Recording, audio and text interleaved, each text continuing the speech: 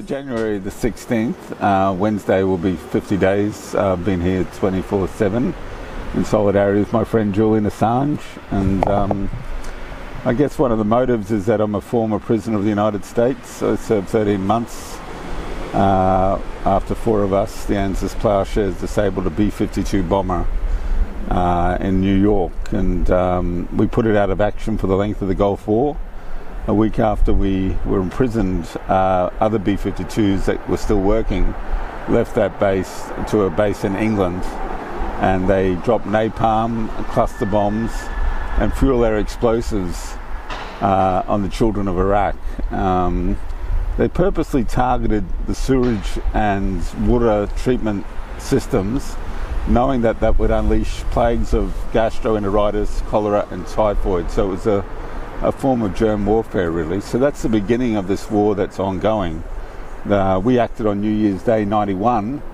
The US Empire cynically started the war on Martin Luther King's birthday, the 15th of January. The air war went for 2 months. They dropped the equivalent of 6 Hiroshimas on Iraq. And that was the conservative George Bush Sr., and then the Liberals, the Clintons, took over, and they killed 500,000 children under the age of 5 with the genocidal sanctions in Iraq. So the talk of weapons of mass destruction that they have never found since the occupation of Iraq, the weapon of mass destruction were the sanctions enforced by the so-called Liberals in the United States after the Conservatives had done a drive-by massacre. And you can't call it a war. It's a cowardly massacre where one side had an air force and a navy and one side didn't. And Julian at that age was 17 and had hacked into the Pentagon computer systems and released the wankworm that brought them down. He was arrested a few years later and charged with 36 offences in Melbourne, looking at 20 years in prison. So Julian, who I know personally, I was at Julian's 40th birthday. He's 48 now, at his birthday party. And this is a slow motion crucifixion of an anti-war activist who's been active since his teenage years. His parents met during the anti-Vietnam War struggle in Australia, and that 1.5 million people marched in this city against a war that Julian is in trouble for exposing and will not come here in solidarity, doesn't tell you anything about Julian Assange. It tells you about the nature of British society, the lack of solidarity in the anarchist movement, the left, the anti-war NGOs who are paid and paid well to organise anti-war activity, who've joined The Guardian and the other lick-spittle press in demonising a man that has put his life's liberty on the line. Now, 10 metres from us are the British Special Branch. Now, I'm Irish Australian. I knew Gerry Conlon personally. These guys put him in jail for 16 years for something he didn't do. Like Julian's father, John Shipton, who was here at Christmas, Giuseppe came to London to visit his son in prison. And he stayed with his in-laws, the Maguires, who live up near the QPR field, or live there.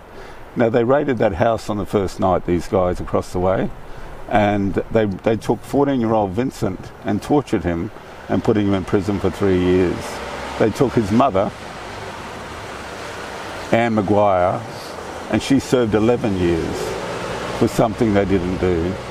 And I was with Gerry Conlon as he did a solidarity speech in Dublin in 2013, and with Chelsea Manning's mum, his uncle, and her aunt. And Gerry said, I wish there had been a Julian Assange when I was fitted up. Now they've fitted up Julian Assange, and you've caught me at bedtime. I'm in bed, and I was just thinking the significance symbolically and actually of bed. And many of us are conceived in bed, and many of us are born in bed, and if we're lucky, we'll die in bed. But the children of Yemen are not dying in bed. They're dying in their streets, in their schools, in their hospitals, as British Aerospace have provided the weapons to the royal family that the British created after World War I, when they balkanised the Ottoman Empire, created all these phony royal families that live on the street, and put a British securocrat on their shoulder. And British Aerospace are making a killing in the Yemen. literally making a killing in the Yemen. And the biggest shareholder of British Aerospace is this Prime Minister Theresa May's husband. Well, she might not be Prime Minister tomorrow, but at the time of this interview, she still is. That shows you that we live in a world where there's high crime and there's low crime, as Noam Chomsky puts out. You know, the real terrorism is done legally and sanctioned, just like the Nazis did when they marched the Jews and Gypsies and left us to the ovens. That was legal. That was rational. That was mainstream. As is British Aerospace's evil work done in London today. I arrived in this country in 1996. 7 weeks later, British Aerospace had me in the High Court, putting a lifetime injunction on me not to incite you to interfere with their business. Their business is killing children, and I hope this speech incites you to non-violently resist their evil work. And I'm inspired by Julian. I'm here in solidarity with Julian. I think 24/7 presence is basic. I'm 58. I don't know if I can sustain this forever. It's not about me. I wish there are other people who came forward and involved, and most of our people aren't English who come forward. They're Irish, they're Latin American, they're Eastern European. There are people who grew up not in the centre of empire, not in London, not in New York, not in Sydney. They grew up in Chile. We have one woman whose husband was taken at the time of the US-backed Chilean coup. We have a Colombian man who was shot in the head by a death squad. We have another Colombian who was tortured. These people come from their location and their experience. We have prisoners in this neighbourhood who immediately relate to Julian Assange. Now, the last page you can look for solidarity is in the well-paid NGOs that operate in the peace and justice sector. Now, one night I was sleeping back behind this building and I was woken up. And I said, "Look, I'm asleep, leave me alone." They said, "We're the homeless outreach team." And I said, "You've got the wrong address. I'm not homeless." And they kept insisting. So I came out and they said, people in this area, this is one of the wealthiest streets in the world. You've got Russian oligarchs, American plutocrats, and Arab princes on this street. You've got the idle rich, and you've got the working poor servicing them in every way. It's literally a bedroom fast here at night. Now, this homeless outreach team, I said, "Look, I'm not homeless. I'm here to bring Julian Assange home. He's from my home state of Queensland, Australia." And I said, "Look, you've got to watch yourself." Because I read in The Guardian 6 months ago, there was a charity working with the police who'd go up to homeless people, be all friendly, and ask them where they were from. And if they weren't from a place that was allowed in England, the other guy would arrest them. He was an undercover policeman. I said, "Who do you work for?" This guy said, "St Mungo's." And I said, "That's a charity." And I said to the other guy, who do you work for?" And he said, "I'm a London Metropolitan Police officer." Wow. So this is what NGOs do. They're there to manage possible radical constituencies. You know, you've got veterans organisations that are managing veterans who are obsessed, who think the only suffering that came out of Vietnam or the wars in Iraq and Afghanistan were traumas to their own soldiers. When you talk about the tragedy of Vietnam in the United States, it's not the 2 million Vietnamese and Indo-Chinese they killed, it's the 53,000 Americans they lost doing it. And this is a big trap for veterans, you know. And it's after that, right? And yeah, more Americans committed suicide who fought in Vietnam than were killed by the Viet Cong. Same with the Falklands and the British. So you've got 10% of the British prison population that is former military. They take these young men, working class men, in the prime of their youth. They exploit them, and then they leave them on the streets and in their prison system. I was in prison for a year in the United States. I met many, many Vietnam veterans, you know, and I lived with Phil Berrigan. He fought at the Battle of the Bulge, and he came back, and his focus was not self-pity, not crying into his beer. His focus was atonement. And he spent 13 years in prison for non-violent resistance to the war machine. What country is he from? He was an American prophet. He was on the front, like Julian Assange, Phil and Dan Berrigan were on the front page of Time magazine in 1968. Like Julian Assange, Nixon and Hoover had a meeting. How are we going to marginalise the Berrigans? They're located in a constituency of 50 million people. The Catholic Church, it's 70 million now. There's only one Catholic president in the United States, and they shot him in the head. That should tell you something. Okay, yeah. Now, Julian Assange was located, could have been the leader of a generation of geeks, of young people who understand the internet like I don't understand it. And he was on the front page of Time magazine in 2010. And then they had a meeting, lots of meetings. How are we going to marginalise this guy? We'll come up with slander, and we'll get the liberal, so-called liberal press, The Guardian. What are they guarding? And they set out and they hit him on a daily basis. They go around the lunchroom in The Guardian and go, okay, I know you do football or you do fashion, but it's your turn to get Assange. And they attack him for everything, smelly socks. Now, when you look at The Guardian, you've got to remember Goebbels. Goebbels was a Nazi propagandist. He said, you don't accuse your opponent of anything, you accuse them of exactly what you're going to do. The Jews want to take over Europe. Or maybe the Nazis had that on their agenda as well. Yeah. So they attack Assange. They say, his cat is unhygienic. These are the Brits and the Yanks that destroyed the sewerage and water treatment systems of Baghdad. How unhygienic is that? Killing children and the elderly. Then wouldn't let them resupply and fix that by having the sanctions. They then say Assange is arrogant, aloof, without empathy. This is what The Guardian is. They're arrogant. They all jump through the hoops of Oxbridge, and they're upset because a kid who went to somewhere between 12 and 37 schools, who didn't graduate from university, is the most significant journalist of his generation. So they're jealous, professional jealousy.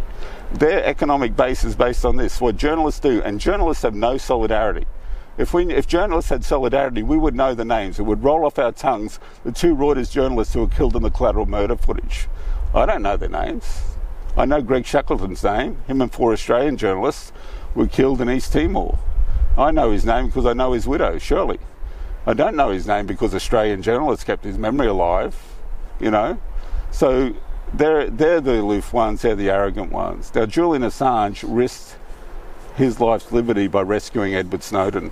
Edward Snowden would be in chains and in jail today because The Guardian exploited and abandoned him, and so did that woman who made that film, Poisterous or whatever her name is, and got an Oscar out of it. They left Snowden there. They didn't take any risks trying to rescue the subject of their film, the subject of their articles. Who took the risk, and I was around during that period, was Julian Assange and Sarah Harrison. Now, that's not mentioned in the Oliver Stone film. You might want to ask Oliver why not, because Oliver makes good movies. Now, so, I can't believe after over 40 years of activism, I was first arrested and bashed by the police when I was 17, 1977. I can't believe the abandonment. Now, this doesn't tell you anything about the person. The person is courageous. It tells you about the society and people who pose as being liberal or left, who posture, who know nothing, absolutely nothing about solidarity. I know something because I was raised by an Irish father, an Irish Republican Socialist father. I was taken to Cayley's to support Irish Republican prisoners when I was 13, So that's part of my culture. And I could not believe the abandonment of this man by 1.5 million idiots who postured, who virtue signalled, who'd like to be morally superior, marched through the city saying they were against the war. The British government said, is that all you got? Is that all you got? You want to do a march up on empty streets? You exhaust yourself doing that. And the Stop the War Coalition, who've offered no solidarity to this man who exposed that war, they steered them, whether they're infiltrated by MI6 or whether they're just cowards or whether they're on a good lurk, because they've done very well out of this war. They've made money out of this war. For 15 years, they've had a cottage industry there at Stop the War. They never took... If you had 5,000 people at Northwood headquarters, where I've been arrested 4 times, you'd create more tension than 1.5 million people having a day out, and that's reality. Now, I've been here for 50 days tomorrow. I'm tired, I'm exhausted, and I've got the secret police 10 metres from me. I feel like, as Eric's going to construct, I feel like one of the 3 little pigs, because my house is made out of hessian that I got off the scaffold, Evening Standards that I've recycled that were abandoned down here at the tube station, a blanket that was given to me by a Saudi corporate lawyer, a sleeping bag that was given by a friend, I've just recycled. But I'll tell you one thing of a sign of hope. I've met authentic people in the street. I've met ex-prisoners. I've met refugees who working in the security services. I've met ex-cops that I'd trust more than anyone from campaigning against the arms trade or stop the war, because these people come from somewhere. They come from authenticity. They're not the middle-class kids who are told to run NGOs and contain any kind of rebellion. Now, we're going into a period now of a major recession following Brexit. You know, and the NGOs will be doing the work of the state, trying to contain people. And you've got to learn from your mistakes, you know. Now, there's Stratford 13, they're going to jail for a long time.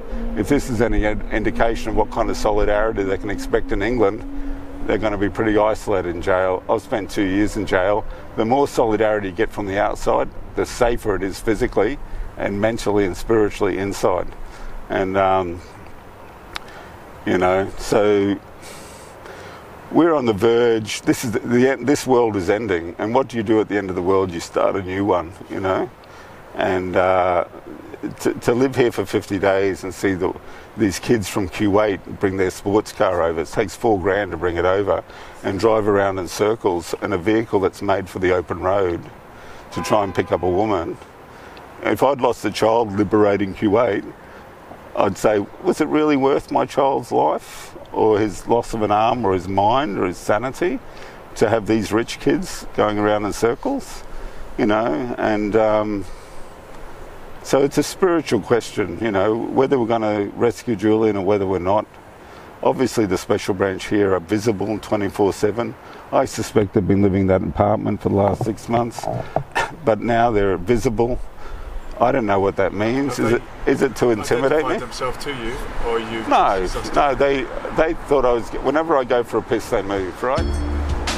Not a piss, or the other thing, right? And I walked up to get on the Wi-Fi there, but I turned around and there was a choreography of car movement. This vehicle moved there.